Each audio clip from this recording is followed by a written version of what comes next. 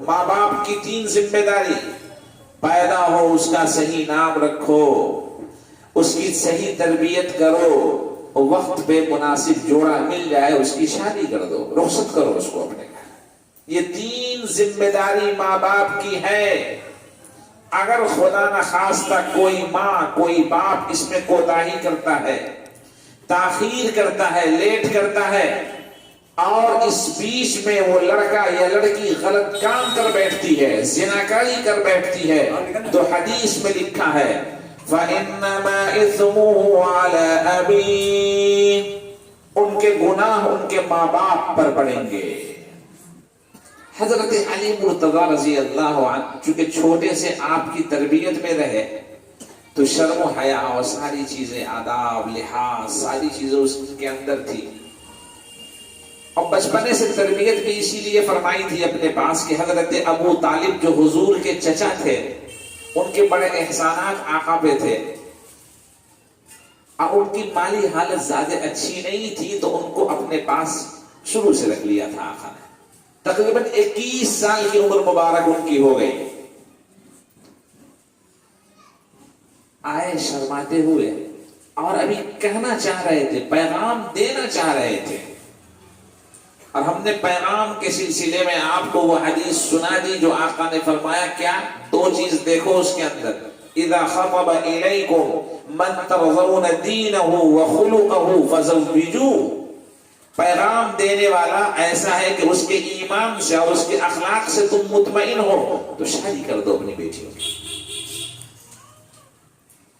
ابھی وہ کہنے والے تھے کہ اللہ نے حضرت جبریل امین کو بھیج دیا، وہ فرمانے لگے، آپ کے کان میں بات کہہ دی کہ علی مرتضیٰ آپ سے شرما رہے ہیں، کچھ کہنا چاہ رہے ہیں، اور کہنا یہ چاہ رہے ہیں کہ خاتون جنت فاطمہ زہرا رضی اللہ تعالی عنہ کا آپ نکاح ان کے ساتھ کر دیں۔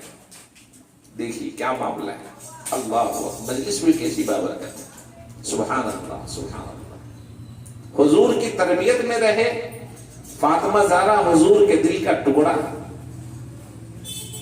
آقا نے فرمایا مجلس میں کہ دیکھو یہ علی مرتضیٰ ہے، علی ہے، مجھ سے یہ کہنا چاہ رہے ہیں کہ میں اپنی لخت جگر نور نظر فاطمہ کا نکاح ان سے کر دوں، یہ پیغام لے کر آئے ہیں، میں نے یہ پیغام قبول کر لیا۔ اللہ اکبر، مجلس لگی ہوئی ہے، دیکھیے شادی کیسے ہو رہی ہے۔ آقا صلی اللہ علیہ وسلم نے حضرت انس سے کہا، انس چھوٹے تھے، بچپنے سے حضور کی خدمت میں تھے، انس جاؤ، نام لیا صحابہ رضی اللہ عنہ کا، ابو بکر، عمر، عثمان، طلحہ، زبیر، اور ایک انصار کی جماعت کو بلا کر کے لے آؤ۔ جو لوگ یہاں مجلس میں تشریف فرما تھے وہ تو موجود ہی تھے۔ آرڈر ہوا، حضرت انس رضی اللہ عنہ دوڑے ہوئے گئے، جو ملے سب کو بلا کر کے لے آئے۔ آقا صلی اللہ علیہ وسلم نے اسی وقت نکاح کا اہتمام فرما دیا۔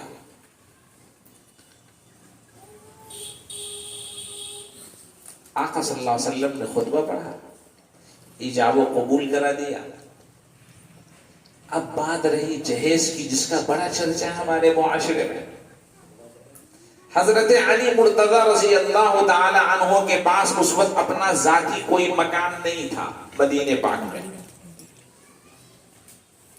ان کے پاس 2 زرہیں تھی جو ان کے حصے میں آئی تھی، ایک کو وہ پہنتے تھے، ایک کو رکھتے تھے۔ آقا نے فرمایا کہ کیا کچھ انتظام ہے ولیمے وغیرہ کا؟ تو کہا یا رسول اللہ وہ تو جانتے ہی تھے، 2 زرہ ہے، ایک استعمال کرتا ہوں، ایک بچی ہوئی، کہا جاؤ بیچ دو۔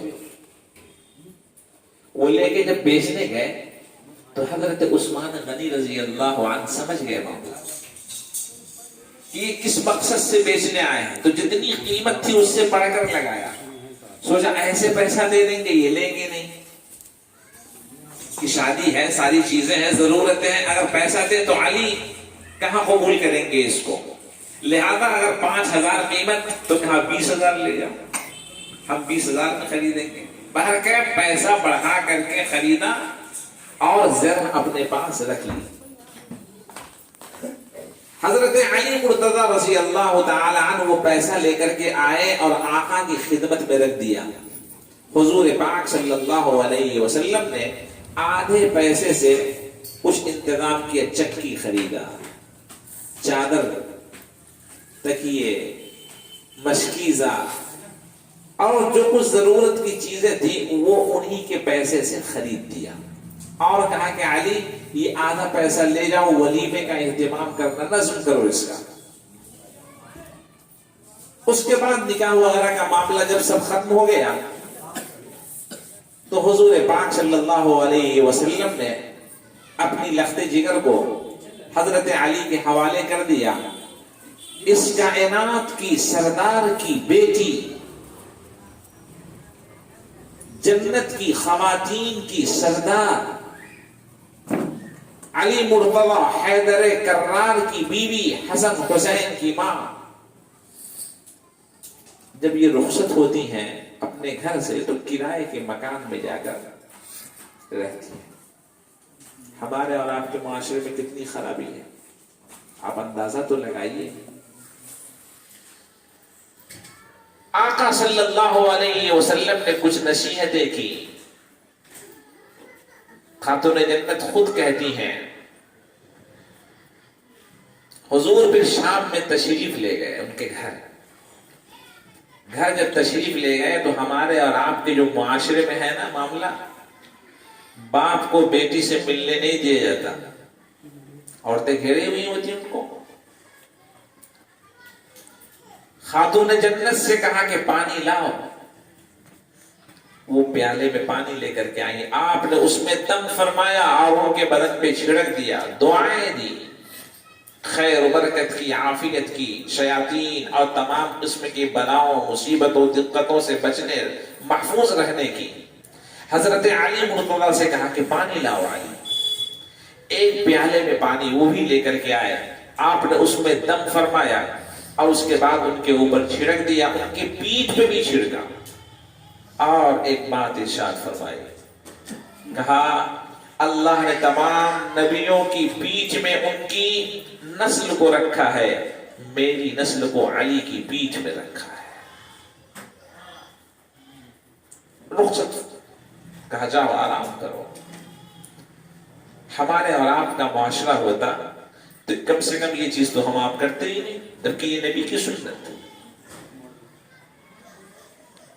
حضرت علی رضی اللہ تعالی عنہ کا جو پیسہ آدھا بچا ہوا تھا زرہ بیچ کر، اس پیسے سے انہوں نے ولیمے کا اہتمام فرما دیا.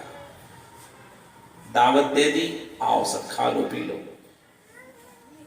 یہ تھی شادی کا پورا قصہ مختصر خاتون جنت فاطمہ زہرا رضی اللہ عنہا کا اور حضرت علی مرتضی رضی اللہ تعالی عنہ کا، جن کی عمر اس وقت تقریباً 21 برس کی تھی.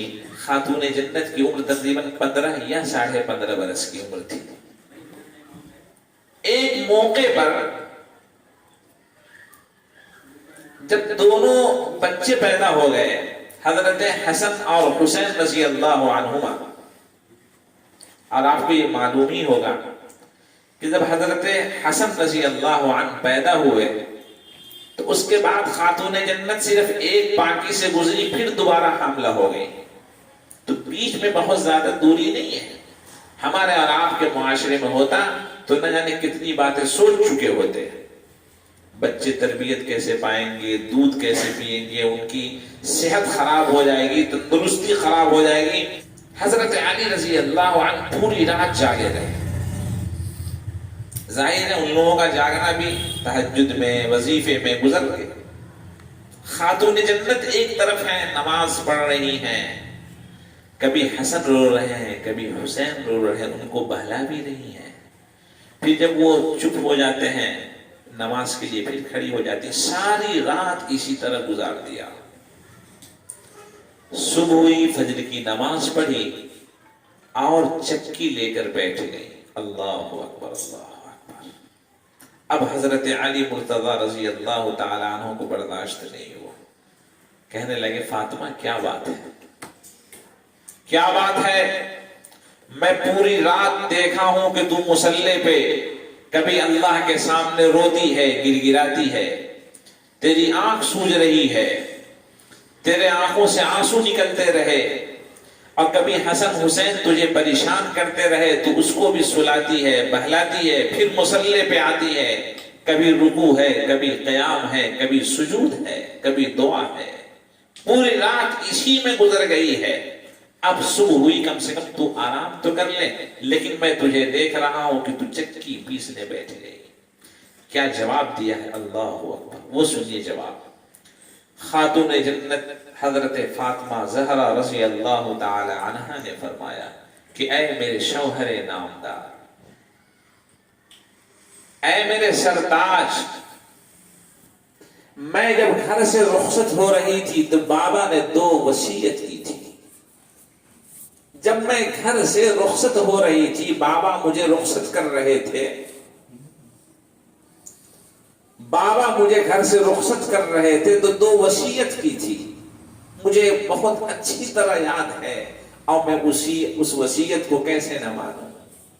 بابا نے یہ کہا تھا کہ میری بیٹی، تو میری گھر سے رخصت ہو رہی ہے، 2 چیز یاد رکھنا، ایک اللہ کی عبادت کر کے خدا کو راضی کر لینا، دوسری بات اپنے شوہر کی خدمت کر کے اپنے شوہر کو راضی کر لینا۔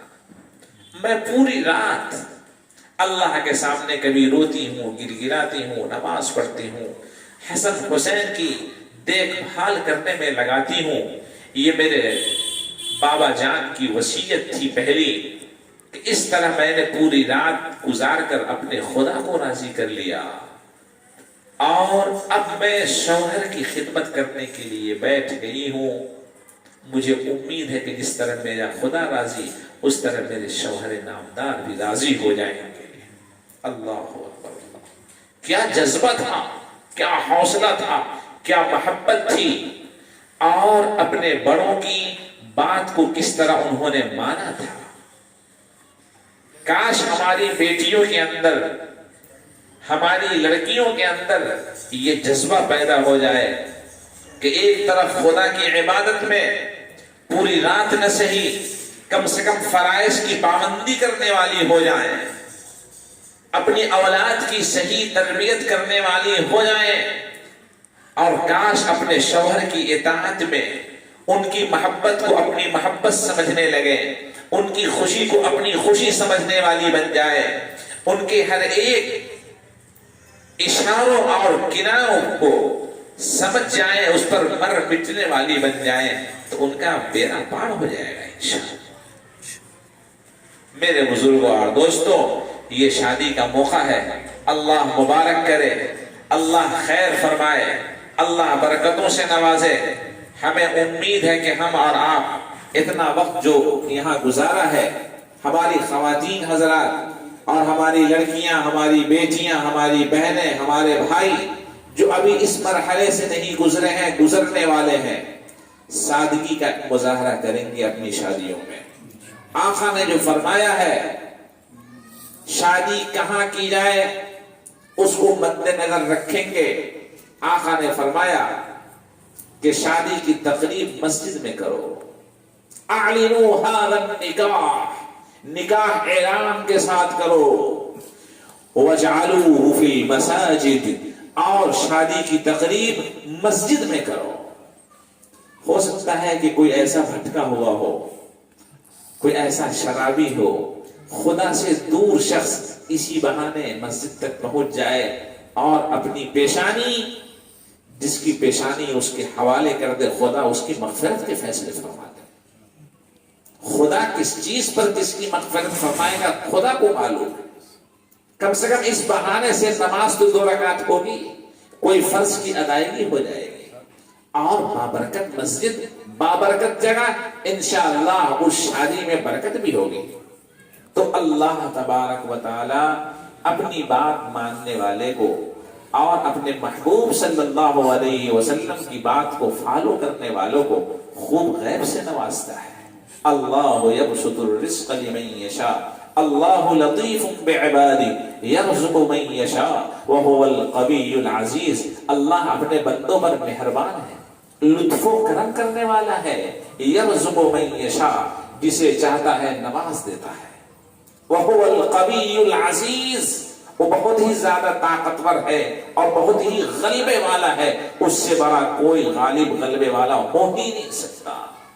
لہذا شادی کے موقع پر ہمیں امید ہے کہ ہم اور آپ سب مل جل کر اللہ کے نظام کو غالب کریں گے، رسول اللہ صلی اللہ علیہ وسلم کی باتوں کو ہر بات کے اوپر رکھیں گے، اللہ اور اس کے رسول کی باتیں جب اوپر ہوں گی انشاءاللہ ہم اور آپ ہمیشہ سرخروئی حاصل کریں گے، یہ ہمارے لیے سعادت مندی ہوگی، یہ ہمارے لیے آخرت میں سر اونچا کرنے کا ذریعہ بنیں گی، اور خدا نخواستہ چند لمحوں کے لیے ہم نے اپنی بات منانے کی کوشش کی، اللہ اور اس کے رسول کی بات کے اوپر اپنی بات تھوک دی، یہ بھی ہوگا وہ بھی ہوگا وہ بھی ہوگا وہ بھی ہوگا، سب ہوگا، نماز جائے گی۔ اب تو شادیوں میں دیکھا گیا ہے کہ سونے کی انگوٹھیاں لڑکوں کو پہنائے جا رہے ہیں، گلے میں چین دی جا رہی ہے، نعوذ باللہ من ذالک، حرام چیز، جو چیز رسول نے حرام کر دی، قرآن نے حرام کر دیا، وہ چاہے اتنی ہو چاہے اتنی ہو، سب حرام ہی حرام ہے۔ اللہ ہم سب کو تمام طرح کے برے رسم و رواج سے ہم سب کی حفاظت فرمائے اور صحیح چیزوں کو ماننے کی توفیق عطا فرمائے۔ اور خواتین سے ہم گزارش کریں گے خاص طور پر کہ یہ مبارک موقع ہے آپ کے گھر میں اس طرح ہو کہ اللہ بھی راضی، اس کا رسول بھی راضی، کوئی ایسی بات نہ ہو کہ سب تو راضی وہ ناراض ہو جائے۔ وآخر دعوانا ان الحمد للہ رب العالمین۔